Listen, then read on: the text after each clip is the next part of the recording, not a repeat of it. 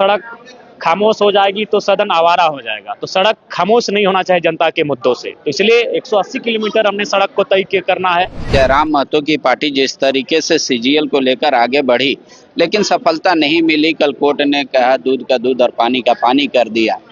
हेमंत सोरेन सीना ठोक कर कह रहे हैं कि अफवाह गिरोह का सदस्य लोग ये सब कर रहा था।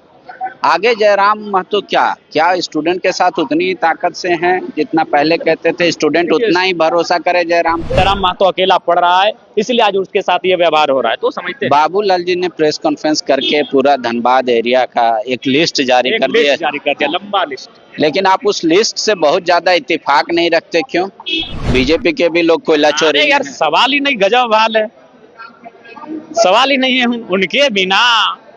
आर्थिक स्थिति जिस तरीके से राज्य में लेकर चर्चाएं हो रही है, ठेकेदार धरना पे बैठ रहे हैं कि पैसा पेमेंट कीजिए, सरकार करेगी। ठेकेदार नहीं, मैं अपनी बता रहा हूँ। क्यों? पैसे की कमी? हाँ, पैसे कमी। हमने फरवरी महीना में अनुशंसा किया है, जो काम हमने अनुशंसा फरवरी महीना में किया है, आज दिसंबर आ चुका है, एक महीना बाद फिर फरवरी आएगा।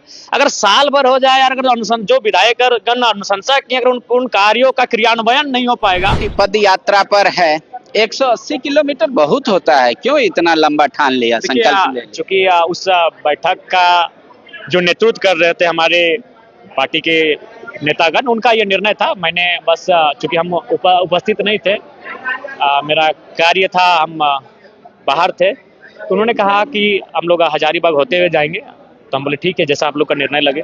अब उद्देश्य क्या है? उद्देश्य यही है कि लोकतंत्र का असल अर्थ है कि जनता के मुद्दे सड़क और सदन हर जगह दिखने चाहिए। अगर सड़क, वो कहते थे ना, किसी ने कहा था कि अगर सड़क खामोश हो जाएगी तो सदन आवारा हो जाएगा, तो सड़क खामोश नहीं होना चाहिए जनता के मुद्दों से, तो इसलिए 180 किलोमीटर हमने सड़क को तय करना है और उन मुद्दों के साथ हमें सदन तक आना है, विधानसभा तक आना है, राजधानी तक आना है, तो इसलिए हमने ये कार्य किया। सोशल मीडिया पे अब ये चर्चा हो रही है कि जयराम महतो की पार्टी जिस तरीके से सीजीएल को लेकर आगे बढ़ी, लेकिन सफलता नहीं मिली। कल कोर्ट ने कहा दूध का दूध और पानी का पानी कर दिया। हेमंत सोरेन सीना ठोक कर कह रहे हैं कि अफवाह गिरोह का सदस्य लोग ये सब कर रहा था।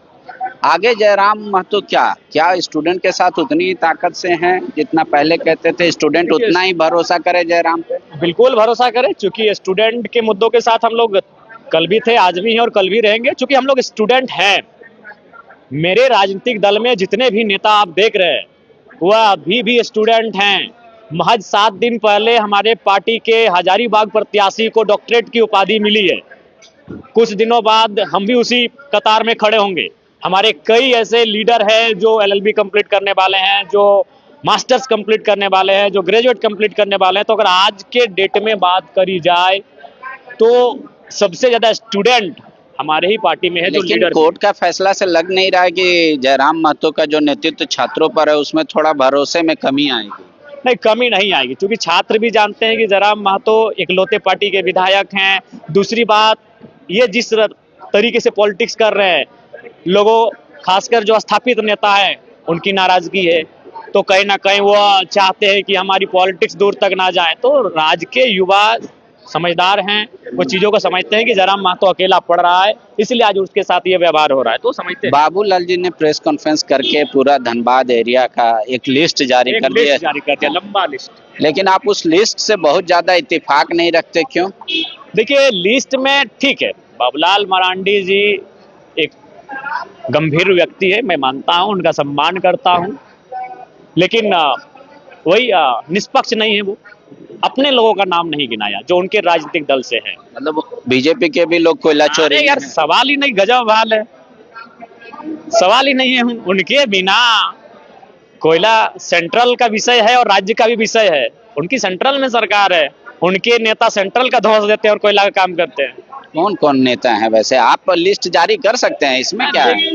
बिल्कुल जारी करेंगे, अभी हम लोग का समय है, प्लस हम लोग अभी लिस्ट तैयार कर रहे हैं, एकदम फ्रेश लिस्ट तैयार कर रहे हैं और जरूर जारी करेंगे। तो बाबूलाल मरांडी जी को भी हम लिस्ट दे देंगे, वो जारी करे। अब बहुत खुशी की बात होगी, लेकिन एक तरफा ना करें। जितना वो लिस्ट जारी किया उससे आप संतुष्ट? हाँ, संतुष्ट है। ऐसा उन क्षेत्रों में काम हो रहा है, ये सच्चाई है, और आज राज्य की सरकार को भी उस पर संज्ञान लेके रोकना भी चाहिए, क्योंकि हमारा पैसा गलत तरीके से राज्य से बाहर जा रहा है। अगर वो हमारे खजाने में आता तो आज राज्य को इतना मैंने केंद्र और इतना जनता के बीच आंसू बहाने का आवश्यकता नहीं पड़ता। एक सवाल है कि राज्य सरकार मैया को अपने मूंछ का सम्मान मान के चल रही है। मेरा भी मानना है। आर्थिक स्थिति जिस तरीके से राज्य में लेकर चर्चाएं हो रही है, ठेकेदार धरना पे बैठ रहे हैं कि पैसा पेमेंट कीजिए, सरकार करे। ठेकेदार नहीं, मैं अपनी बता रहा हूँ, मैं तमाम गिरिडीह के सभी विधायकों की मैं बात कर रहा हूँ। मैं गिरिडीह बोकारो के सभी विधायकों की बात कर रहा हूँ। उनसे हम लोग डीएमटी मीटिंग में बैठते हैं, दिशा की मीटिंग में बैठते हैं। सभी विधायकों यही कहना है, कहीं काम नहीं हो रहा है। तो क्यों? पैसे की कमी? हाँ, पैसे की कमी। हमने फरवरी महीना में अनुशंसा किया है। जो काम हमने अनुशंसा फरवरी महीना में किया है, आज दिसंबर आ चुका है, 1 महीना बाद फिर फरवरी आएगा। अगर साल भर हो जाए यार, अगर जो विधायकगण अनुशंसा की, अगर उन कार्यों का क्रियान्वयन नहीं हो पाएगा तो फिर समय से परे। तो आर्थिक स्थिति ऐसी क्यों कमजोर हुई? सिर्फ मैया एक कारण हो सकता है? 2500 करोड़ रुपया से भी तो अब घट गया, कितना का नाम कट गया, तो इतना पैसा तो कई कारण है, हमें लगता है कई कारण है। उनमें एक कारण यह भी है कि केंद्र का अंश नहीं मिल रहा है।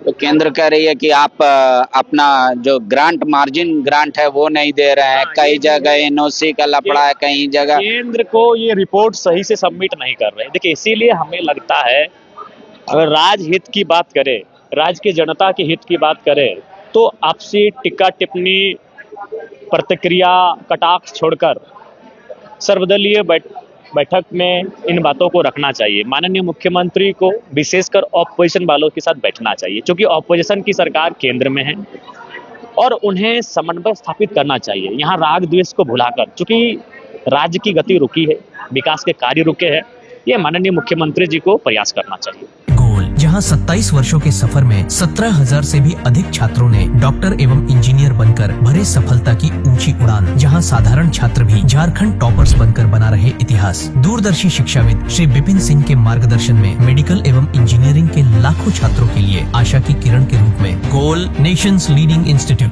thefollowup.in. Like, share and subscribe. www.thefollowup.in